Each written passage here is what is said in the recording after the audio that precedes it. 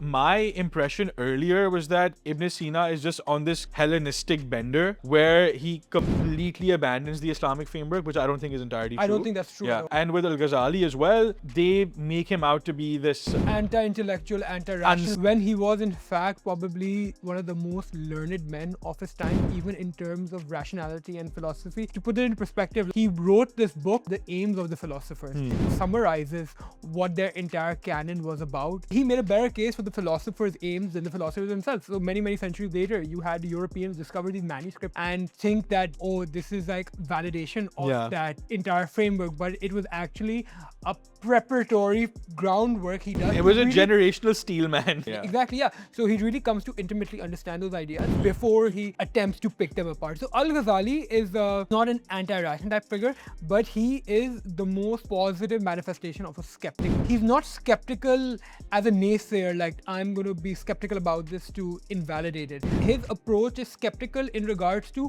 what cannot be further deduced, that is what's real. So his skeptical approach is, let me get to the meat and bones of any specific concept. What are its strengths and weaknesses and how are they important? And this is the attitude he even has with the philosophers, where he's not this type of person who just wants to take down the philosopher, but it's like, this is a lot of extra fat that we don't need, that cannot be proven. And this is the core of your work that has intellectual merit, and I'm going to accept it. To describe the general tone of the work of his that I read, he is passionately against certain heretical aspects of the philosophical movement, while at the same time completely unhesitant, unafraid to say XYZ argument for the philosophers has merit. I think he embodies that long-standing ultimate principle of intellectual charity that people tend to ignore. Is just intuitively an integral part of intellectual inquiry, but it is, in my opinion, central to Islam itself.